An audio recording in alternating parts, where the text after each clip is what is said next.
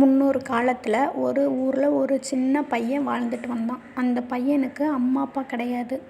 அவனுக்கு வேறு யாருமே இல்லை. அந்த பையன் மட்டும் தனியாக வாழ்ந்துட்டுருக்கான். அவன் தினம் தினம் சாப்பாட்டுக்கே ரொம்ப கஷ்டப்பட்டுட்டு இருந்தான். அப்படியே அவனுக்கு தேவையானதெல்லாம் வாங்கிக்கிறதுக்காக நிறைய வேலைகள்லாம் செஞ்சுக்கிட்டு இருக்கான். காலையில் எழுந்திரிச்சதும் பேப்பர் போட போயிடுவான். அதுக்கப்புறம் ஒரு கடையில் வேலை செய்கிறான். இந்த மாதிரி நிறையா வேலையெல்லாம் பார்க்குறான். அதில் வர்ற பணத்தை வச்சு தான் 3 வேளை சாப்பாடு, அப்புறம் அவன் படிக்கிற படிப்புக்கான ஸ்கூல் ஃபீஸு எல்லாமே பார்த்துக்கிறான். இவ்வளவு கஷ்டப்பட்டும் அவன் படிப்பை மட்டும் கைவிடவே இல்லை. ஏன்னா அவனுக்கு தெரியும், இந்த சூழ்நிலை மாறணும்னா படிப்பு மட்டும்தான் ஒரே வழின்னு அவனுக்கு தெரியும். அதனால ரொம்ப கஷ்டப்பட்டு படிச்சுட்டு இருந்தான். ஒரு நாள் என்னாச்சுன்னா, அவன்கிட்ட சுத்தமாக காசே இல்லாமல் போச்சு. கையில் இருக்கிற காசை வச்சு சாப்பாடு வாங்க முடியாது. என்ன பண்ணுறதுன்னு தெரியல. ரொம்ப யோசனையாக, ரொம்ப பசியோடு உட்காந்துட்டு இருக்கான். அப்போது அவங்க பக்கத்து வீட்டில் சமைக்கிற வாசம் வருது. இவனுக்கு ரொம்ப பசிக்குது. ஒரு யோசனை தோணுது, நம்ம வேணால் பக்கத்து வீட்டில் சாப்பாடு கேட்டு பார்க்கலாமா அப்படின்னு தோணுது. ரொம்ப தயங்கிக்கிட்டே யோசிச்சுட்டு, சரி கேட்டு பார்க்கலாம் அவங்க வீட்டில் போய் அப்படின்னு அவங்க வீட்டுக்கு போய் காலிங் பெல் அடிக்கிறான். அந்த வீட்டு கதவை வந்துட்டு ஒரு இளம் பெண் வந்துட்டு திறக்கிறாங்க. அவங்கள பார்த்ததுமே இந்த பையனுக்கு சாப்பாடு கேட்கவே தோணலை. ரொம்ப நர்வஸ் ஆகிட்டான். எப்படி நம்ம இன்னொருத்தவங்க கிட்ட சாப்பாடு கேட்குறது அப்படின்னு ரொம்ப பசியோடு நின்றுட்டுருக்குறான். அந்த பையனை பார்த்துட்டு அவங்க என்னப்பா வேணும் அப்படின்னு அந்த பெண் கேட்குறாங்க. அதுக்கு அந்த பையன் குடிக்க கொஞ்சம் தண்ணி மட்டும் கொடுங்க அப்படின்னு கேட்குறான். ஆனால் அந்த பொண்ணுக்கு புரியுது அந்த பையனுக்கு ரொம்ப பசியில் இருக்கிறான் அப்படின்னு. உடனே உள்ளே போயிட்டு கொஞ்ச நேரம் கழித்து வர்றாங்க. வரும்போது ஆனால் அவங்க கையில் தண்ணி எடுத்துகிட்டு வரல. அதுக்கு பதிலாக ஒரு பெரிய ஜாரில் பால் கொண்டு வராங்க. கொண்டு வந்து அந்த பையன் கையில் கொடுக்குறாங்க. அந்த பையனுமே அதை வாங்கி பாலை குடிச்சிட்றான். குடிச்சு முடிச்சுட்டு, நான் உங்களுக்கு எவ்வளவு காசு கொடுக்கணும் அப்படின்னு கேட்குறான். கேட்டுட்டு, நான் உங்ககிட்ட குடிக்க தண்ணி தான் கேட்டேன், ஆனால் நீங்கள் எனக்கு பால் கொடுத்துருக்கீங்க, அதனால் நான் வந்துட்டு உங்களுக்கு எவ்வளவு காசு கொடுக்கணும் சொல்லுங்கன்னு கேட்குறான். அதுக்கு அந்த இளம் பெண் சொல்கிறாங்க, இல்லைப்பா, நீ எனக்கு எந்த காசும் தர வேணாம். அன்பை பரிமாறுறதுக்கு காசு தேவைப்படாது. அதனால் நீ போயிட்டு வா அப்படின்னு சொல்லி அனுப்பி வைக்கிறாங்க. அந்த பையனும் போயிட்டு அவன் வந்துட்டு வேலையை பார்த்துட்டே இருக்கிறான். இப்படி காலங்கள் கடந்து போகுது. நாட்கள் வாரமாகுது, வாரங்கள் மாதங்களாகுது, மாதங்கள் வருடங்களாகுது. இப்படியே பல வருஷம் போயிருச்சு. இப்போ அந்த இளம் பெண்ணுக்கு வந்துட்டு வயதாகிருச்சு. வயதானனால திடீர்னு ஒரு நாள் ரொம்ப உடம்புக்கு சரியில்லாமல் இருக்குது. அப்போம்போது என்னாச்சுன்னா, ஊரில் இருக்கிறவங்க எல்லாரும் ஊருக்குள்ளேயே இருக்கிற நிறைய ஆஸ்பத்திரிங்களுக்கெலாம் தூக்கிட்டு போகிறாங்க. கூட்டிகிட்டு போனால் அங்கே எதுவுமே சொல்ல முடியல அவங்களால. எங்கே போனாலுமே அவங்களுக்கு வந்திருக்கிற நோயை சரியாகவே சொல்ல முடியல யாருனாலையும். இது ரொம்ப ஆபத்தான நோய், இதை சரி செய்யணுன்னா டவுனில் இருக்கிற மருத்துவமனைக்கு தான் கொண்டு போகணும் அப்படின்னு சொல்லிட்டு டவுனில் இருக்கிற ஒரு பெரிய ப்ரைவேட் ஹாஸ்பிட்டலோட பேர், அட்ரஸ் அதெல்லாம் கொடுக்குறாங்க அவங்கக்கிட்ட. அவங்க வந்துட்டு ப்ரைவேட் ஆஸ்பத்திரியான்னு ரொம்ப யோசிக்கிறாங்க. யோசிச்சுட்டு காசு நிறைய போகுமே அப்படின்னு, பரவாயில்ல இந்த அம்மாவோட உயிரை மட்டும் காப்பாற்றினா போதும் அப்படின்னு தயங்கிக்கிட்டே இருந்துட்டு அந்த டவுனுக்கு அந்த ஆஸ்பத்திரிக்கு கூட்டிகிட்டு போகிறாங்க அந்த அம்மாவை. அங்கே கூட்டிகிட்டு போனதும் அங்கே தேவையான டெஸ்ட்டுலாம் எடுக்கிறாங்க.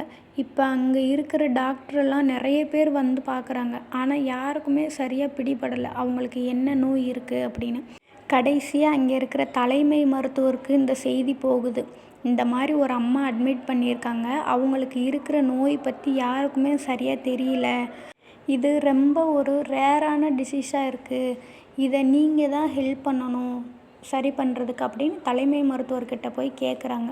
அவர் அந்த அம்மாவோட பேர் என்ன, எந்த ஊர், எங்கிருந்து வந்திருக்காங்க அப்படின்லாம் விசாரிக்கிறாரு. அவங்க ஊர் பேரை சொன்னதும் உடனே அவருக்கு ஒரு இனம் புரியாத ஒரு மகிழ்ச்சி மனசுக்குள்ளே. சரின்னு சொல்லி வேக வேகமாக வர்றாரு. வந்துட்டு அந்த பேஷண்ட்டை வந்து பார்க்குறாரு. அந்த அம்மா ரொம்பவே சோர்வாக படுத்துட்ருக்குறாங்க. கூடவே இந்த மருத்துவர் வந்துட்டு மறுபடியும் டெஸ்ட்டெல்லாம் எழுதி கொடுக்குறாங்க. கொடுத்துட்டு அந்த டெஸ்ட்டெல்லாம் எழுதி கொடுத்து அந்த ரிசல்ட் வர்ற வரைக்கும் இந்த அம்மா கூடயே இருக்கிறாரு இந்த மருத்துவர். ரொம்ப கஷ்டப்பட்டு பல மாதங்கள் போராடி அந்த அம்மாவை சரி பண்ணுறாங்க. இப்போ அந்த அம்மாவுக்கு நோயெலாம் தீர்ந்துருச்சு. இப்போ அவங்க டிஸ்சார்ஜ் பண்ண போகிறாங்க. ஆனால் அந்த அம்மாவுக்கு ரொம்ப பயப்படுறாங்க, பயந்துகிட்டே இருக்காங்க. பல மாதங்களாக ப்ரைவேட் ஹாஸ்பிட்டலில் இருந்துட்டோம். ஒவ்வொரு நாளுக்கும் எவ்வளவு காசு போட்டிருப்பாங்கன்னு தெரியல. இப்போ கடைசியாக பில்லு வந்தால் தான் தெரியும். அநேகமாக இனி என் வாழ்க்கையில் நான் இனி எவ்வளவு நாள் வேலை பார்க்க போகிறேனோ அவ்வளவு காசுமே இங்கே ஹாஸ்பிட்டலுக்கு கட்ட வேண்டி இருக்கும்னு நினைக்கிறேன் அப்படின்னு நினச்சிக்கிட்டு இருக்கிறாங்க.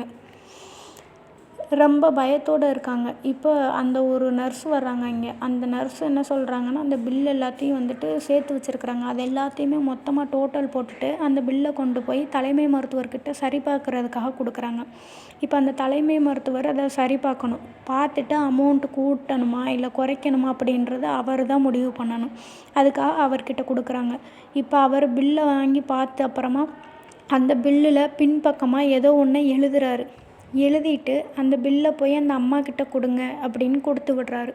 உடனே அந்த நர்ஸு அந்த பில்லை எடுத்துக்கிட்டு அந்த அம்மாக்கிட்ட போகிறாங்க. அந்த அம்மாக்கிட்ட கொடுக்குறாங்க. அந்த அம்மா பயந்துட்டு கையில் நடுக்கத்தோடு அந்த பில்லை வாங்கி பார்க்குறாங்க. பார்த்தா அமௌண்ட்டு ரொம்ப எக்கச்சக்கமாக இருக்குது. அவங்க எதிர்பார்த்த மாதிரியே தான் அமௌண்ட்டு நிறையா இருக்குது. ஆனால் அந்த அமௌண்ட்டை அடிச்சுட்டு கீழே 00ன்னு போட்டிருக்காங்க. அவங்களுக்கு ஒன்றுமே புரியலை. பக்கத்தில் இருந்த நர்ஸை கூப்பிட்டு, இதை என்ன ஆச்சு, பில்லில் 00ன்னு போட்டிருக்குன்னு கேட்குறாங்க. அதுக்கு ஒன்றும் இல்லை மேடம், பில்லை தலைமை மருத்துவர்கிட்ட காட்டினேன். அவர் பில்லை பார்த்துட்டு அமௌண்ட்டுக்கிட்ட எல்லாத்தையும் 0 பண்ணி போட்டிருக்காரு. அதில் அவர் சொன்னபடி தான் உங்களுக்கு எந்த பில்லுமே கிடையாது இனிமே அப்படின்னு சொல்கிறாங்க. சொல்லிவிட்டு டாக்டர் சொன்னாங்க, உங்களோட அந்த பில்லுக்கு பின்னாடி ஏதோ எழுதியிருக்காரு, அதை நீங்கள் படிக்கணுமா அப்படின்னு அந்த நர்ஸ் வந்துட்டு அந்த அம்மாக்கிட்ட சொல்கிறாங்க. அதுக்கு அந்த அம்மாவும் அந்த பில்லை திருப்பி பார்க்குறாங்க. அதில் என்ன எழுதியிருக்குன்னா, உங்களுடைய இந்த ஆஸ்பத்திரி பில்லு நீங்கள் கொடுத்த அந்த 1 ஜார் பாலுக்கு சமமானது தான் அப்படின்னு எழுதியிருக்காரு.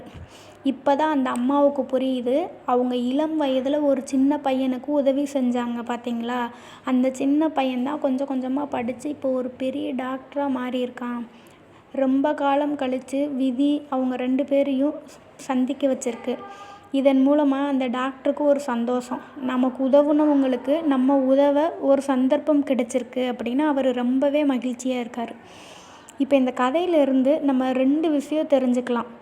அதில் முதல் விஷயம் என்னென்னா, நம்ம எவ்வளவு தான் ஏழ்மையில் இருந்தாலும் சரி, படிப்புன்னு ஒன்று கையில் எடுத்துட்டோம்னா அந்த படிப்பு நம்மளை ஏழ்மையிலேருந்து வெளியே கொண்டு வர ரொம்ப ஹெல்ப் பண்ணும். 2வது விஷயம் என்னென்னா, நீங்கள் உங்கள் வாழ்க்கையில் ஒருத்தருக்கு அன்பால் உதவி செய்கிறீங்கன்னா அதுக்கு ஈடு இணை எதுவுமே கிடையாது. அது கண்டிப்பாக ஏதோ ஒரு சூழ்நிலையில் உங்களுக்கு உதவியாக தேடி வரும். அதில் எந்த ஒரு மாற்று கருத்துமே கிடையாது. இந்த கதை உங்களுக்கு பிடிச்சிருக்கும்னு நினைக்கிறேன். பிடிச்சிருந்தா லைக் பண்ணுங்கள், ஷேர் பண்ணுங்கள், கமெண்ட் பண்ணுங்கள். மறக்காமல் நம்ம சேனலை சப்ஸ்கிரைப் பண்ணி வச்சுக்கோங்க. அப்போ தான் இனிமேல் நான் வீடியோஸ் போட்டால் உடனுக்குடனே உங்களுக்கு சேரும். தேங்க்ஸ் ஃபார் வாட்சிங்.